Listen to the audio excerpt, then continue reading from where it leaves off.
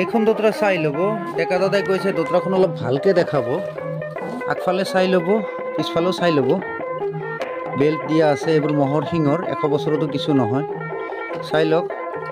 আৰু sound quality শুনাবলৈ চেষ্টা কৰিছোঁ, শুনি ল'ব।